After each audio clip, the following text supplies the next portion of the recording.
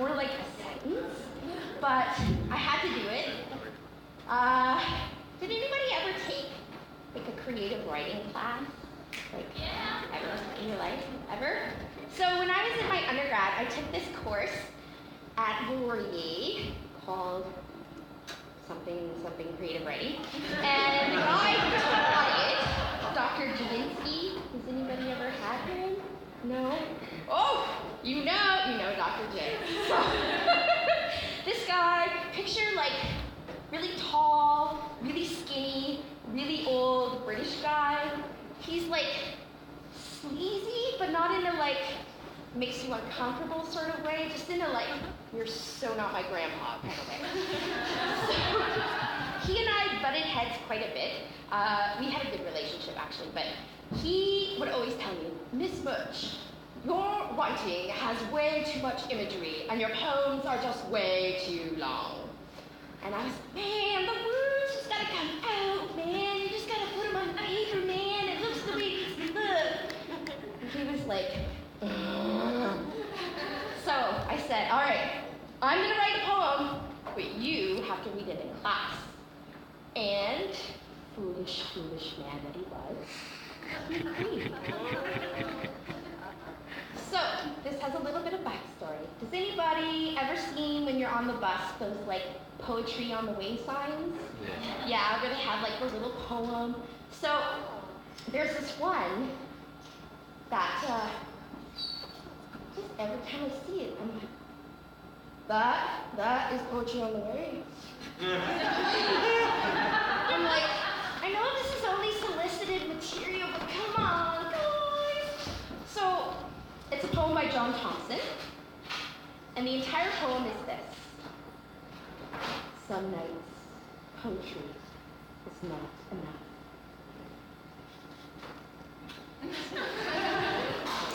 So in my writing class, a group of us were sitting around talking about how infuriating this poem was.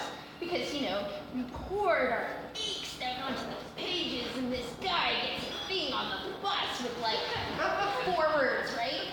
So Javinsky was like, all right, Miss Murch, this is your poem. You're going to write about this poem. I will read it aloud. And I was like, okay. So this poem is entitled, This Is My Body, John Thompson. For those nights when my poetry just isn't enough, I offer you the swift, sweet, split summer peach of my overripe femininity, for you to cup in your hand, for the juice to dribble down your chin as you bring it to your mouth.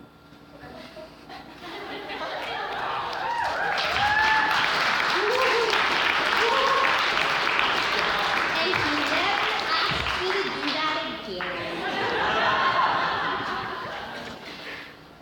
So this next poem is a newer poem of mine, and this is my first time ever performing it, so please be gentle.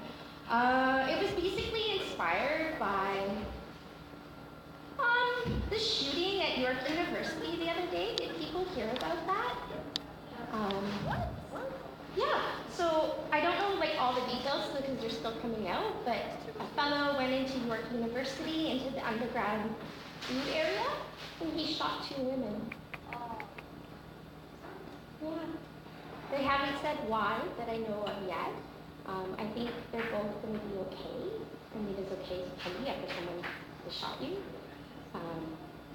But it made me think about December 6th, how we have the memorial for the women at École Polytechnique in Montreal, and just how this seems to be like a theme, right? Is men hurting women. And so this poem is about this. And yeah, so I hope you like it. Stage banner is still not my thing. I just hope. Yesterday at York University, a man walked into the food court in Toronto, Ontario, and he shot 2 women. Yesterday, a man in Vancouver, British Columbia, walked into a house and stabbed a trans woman. Yesterday, a man walked into École Polytechnique in Montreal, Quebec, and shot 14 women. God, oh God, please just give me today. Just let me be safe today. No, men, let me be safe today. Let us be safe today. There are other days for men, days where their voices drown out the voices of women, days where their violence overpowers women and causes them to shut their mouths in case that they become the next victim. Let today be the day that we remember those who paid the most dear price for the simple crime of existing. Let today be the day that all those who walked in fear be accounted for. Yes, today. Because we know that tomorrow your white ribbons will come off. Your red flag buttons will be removed. And all that will be left of every single female identified person is another obituary. Don't tell me that you're an ally. Don't tell me you're an ally when you get up on stage and you write a poem about how you're an ally because you tell men not to rape women because they're your mother, your sister, your aunt, your daughter, as if my right not to be assaulted is somehow connected to my relationship to you.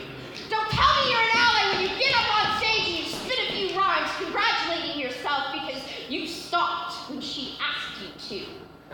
If you want to be my ally, hand me a weapon, because you see, justice is a woman with a sword, Yeah. and equity is a trans person with a club, because sometimes even the most non-violent person has to take up arms, because what other options are left when non-violence fails to prevent yet another assault, yet another murder, yet another woman disappearing? Don't apologize. Don't explain. Don't raise money to walk in high-heeled shoes to pretend